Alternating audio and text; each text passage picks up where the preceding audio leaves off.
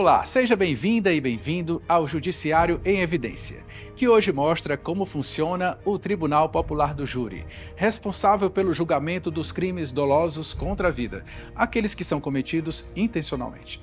Vamos explicar quais as etapas do processo e também o papel de cada profissional do sistema de justiça para a realização do júri popular.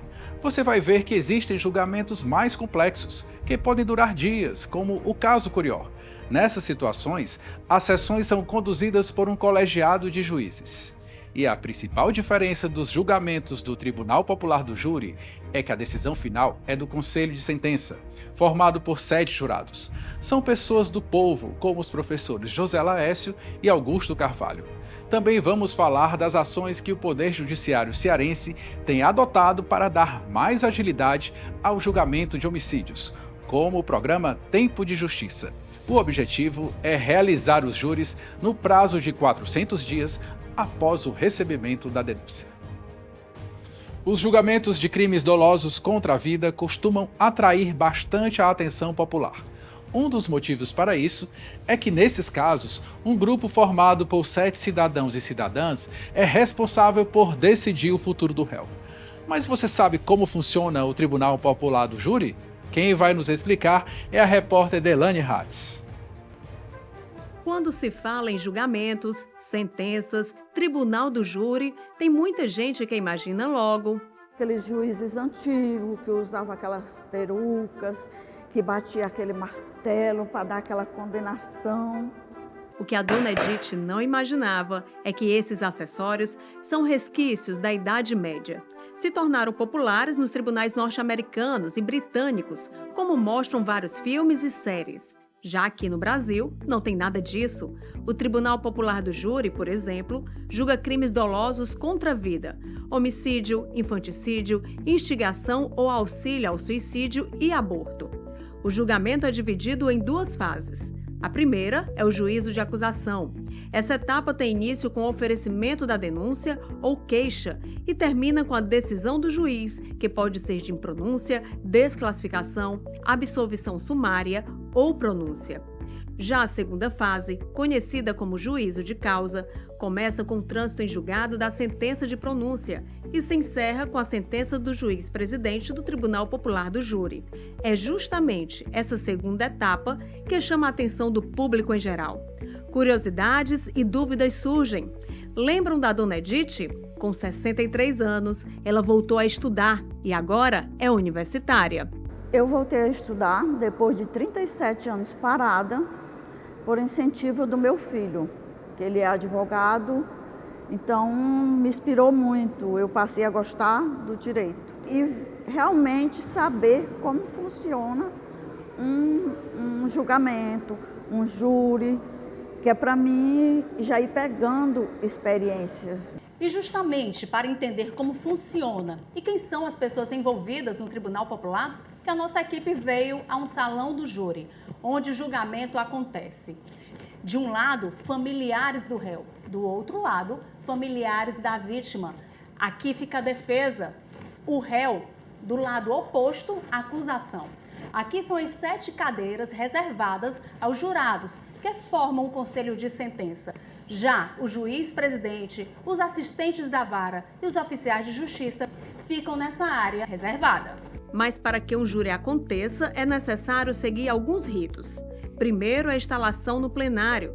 Segundo, a intimação dos jurados. 25 são convocados, mas é preciso de pelo menos 15 para instaurar a sessão. Após o anúncio do processo, são chamadas as testemunhas. Logo depois, o réu é conduzido ao plenário. Neste momento, é realizado o sorteio dos 7 jurados. A sessão continua com os depoimentos das vítimas, se houver, e de testemunhas, seguindo o interrogatório do réu. Posteriormente, ocorrem os debates entre acusação e defesa. A etapa seguinte é a leitura dos quesitos. Na sequência, os jurados realizam a votação, que é secreta. A sessão volta a ser aberta ao público para a leitura da sentença, conduzida pelo juiz-presidente do júri. Todo esse ritual demanda uma grande força-tarefa. A diretora de secretaria da primeira vara do júri de Fortaleza, Priscila Guiar, conta como é a rotina. O nosso trabalho começa bem antes da sessão de julgamento, né? Na verdade, começa na fase de instrução. O juiz recebe a denúncia e aí nós designamos a audiência. E os servidores da vara, a secretaria é responsável por fazer todos os expedientes necessários para que essa audiência ocorra. Aí sim vem os atos preparatórios para a sessão de julgamento, onde também a vara vai cumprir todas as diligências necessárias para que essa sessão ocorra. Trabalho que a assistente Amanda Guiar conhece muito bem. O assistente, ele analisa todo o processo para, quando chegar na sessão, já ter todo o conhecimento, né, do feito, para poder auxiliar o magistrado na confecção das minutas, da ata, e também acompanha as gravações das oitivas das testemunhas, interrogatório do réu. Quando os processos são mais complexos, a sessão pode durar dias. Em julho de 2023, por exemplo, a Justiça do Ceará iniciou o julgamento do caso Curió, o maior em 150 anos de história. Ao todo, 20 dos 30 réus acusados por 11 mortes, 3 tentativas de homicídio e 4 vítimas de tortura na região da Grande Messejana já foram levados a júri popular em 3 momentos. No primeiro, de 20 a 25 de junho, após mais de 60 horas, 4 réus foram condenados pelos jurados, em sessão conduzida por colegiado formado por 3 juízes. No segundo, de 29 de agosto a 6 de setembro, depois de quase 98 horas, o Conselho de Sentença decidiu pela absolvição de 8 réus. No terceiro julgamento do caso Curió, de 12 a 19 de setembro, com duração de 54 horas, os jurados condenaram 2 réus e absolveram 6, sendo que um deles foi desclassificado de uma das acusações de tentativa de homicídio para crime militar. Em 20 dias, foram mais de 214 horas de trabalho. As varas do júri têm esse diferencial. A gente tem hora para chegar na secretaria, para iniciar a sessão, mas a gente não tem hora para acabar a sessão, né? Então é muito imprevisível o júri, né? Então, já deu para perceber a complexidade do trabalho para a realização de um júri.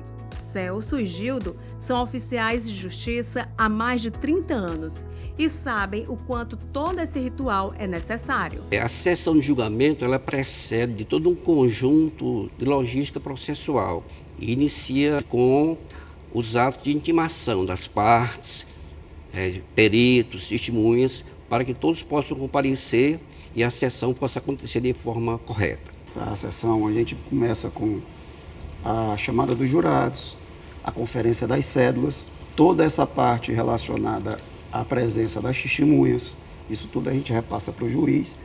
E durante a sessão a gente cuida da incomunicabilidade dos jurados entre si e com terceiros, bem como a gente procura não só secretariar o juiz, mas observar durante todo o andamento da sessão qualquer possível evento, ou qualquer possível início de alguma alteração ou altercação para poder comunicar ao magistrado e a gente também tomar providência. A gente percebe que a gente não exerce uma coisa, vamos dizer assim, apenas rotineira ou repetitiva.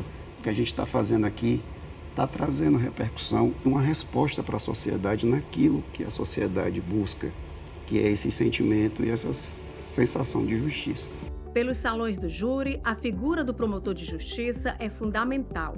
Há 27 anos no Ministério Público e atuando desde 2014 no Tribunal Popular, o promotor Marcos Renan Palácio explica a importância do exercício da função no julgamento de crimes dolosos contra a vida. No Tribunal do Júri, especificamente, pela nova roupagem que o Constituinte deu ao Ministério Público, não é mais o órgão do ministerial um órgão sistemático de acusação. Ele é um órgão fiscal da lei e de sua execução.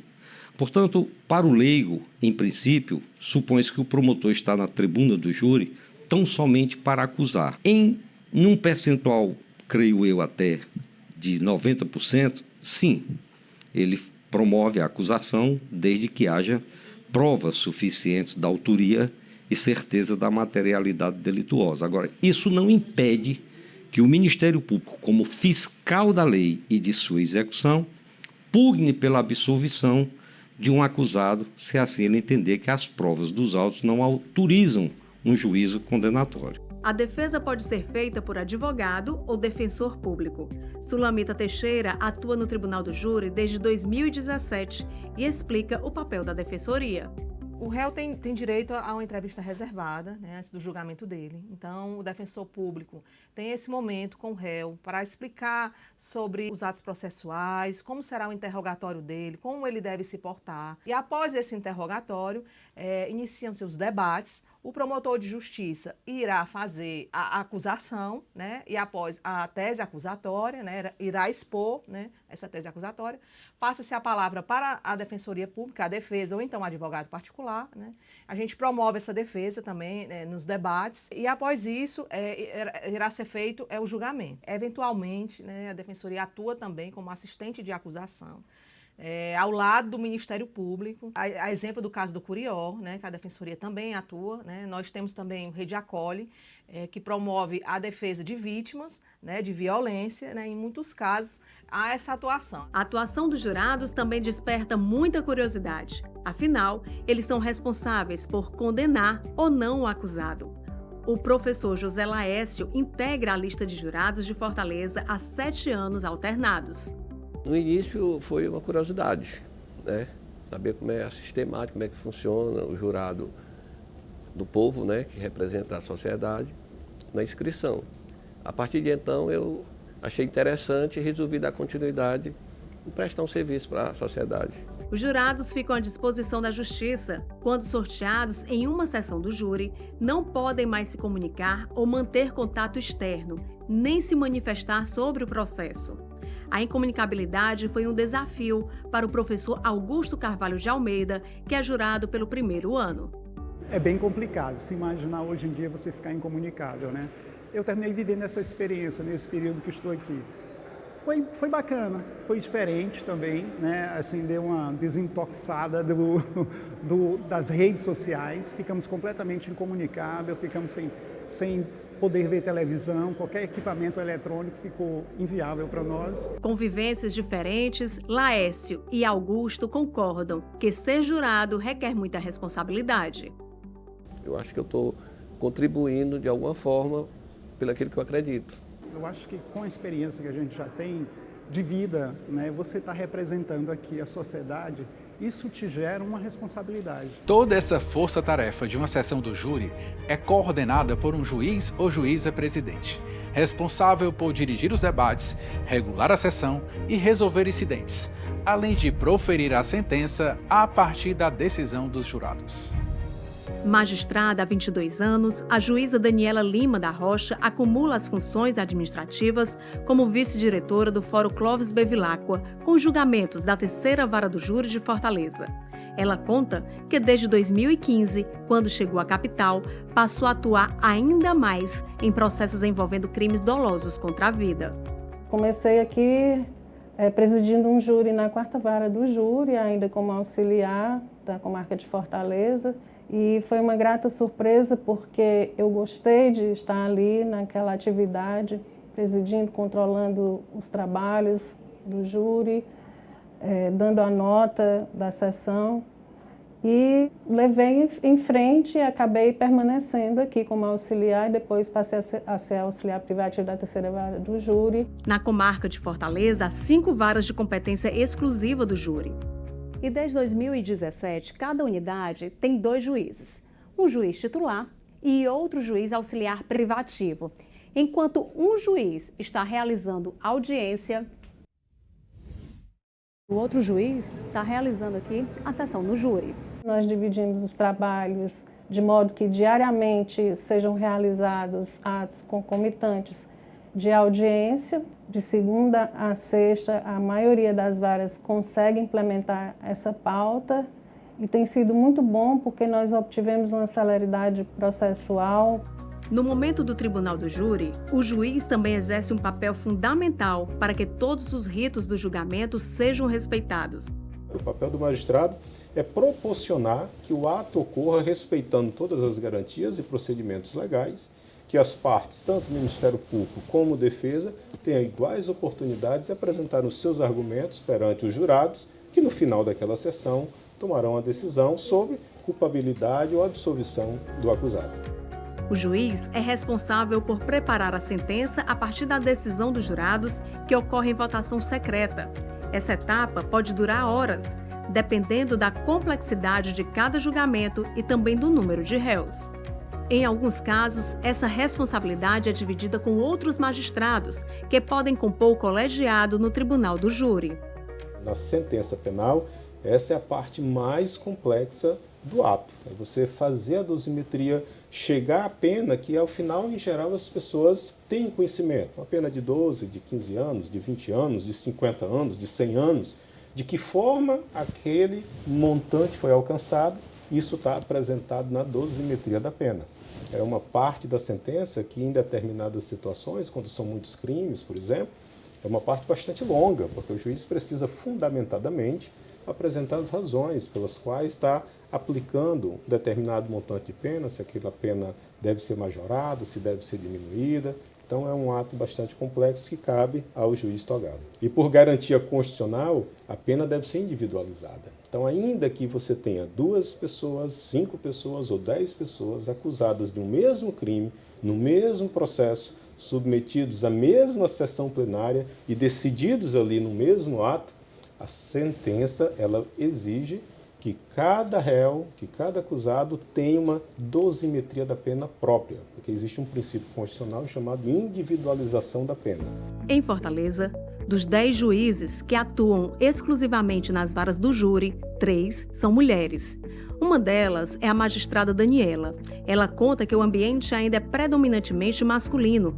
São poucas as juízas na área criminal, mas aos poucos a presença feminina vem ganhando esses espaços no plenário. São magistradas devotadas que se empenham em cumprir o seu ofício da melhor forma possível. Tem a sensibilidade feminina também, que é positiva em determinados aspectos, de sentir o melhor momento, em que se deve dizer alguma palavra mais assertiva, outra mais acolhedora. Tudo isso vai contribuindo para que nós possamos desempenhar a nossa função da melhor forma possível, garantindo os espaços para as mulheres. E vocês lembram que falamos aqui no Judiciário em Evidência da presença do martelo em júris? Ele não faz parte do cotidiano da justiça brasileira, mas olha ele novamente e na mesa da juíza Daniela.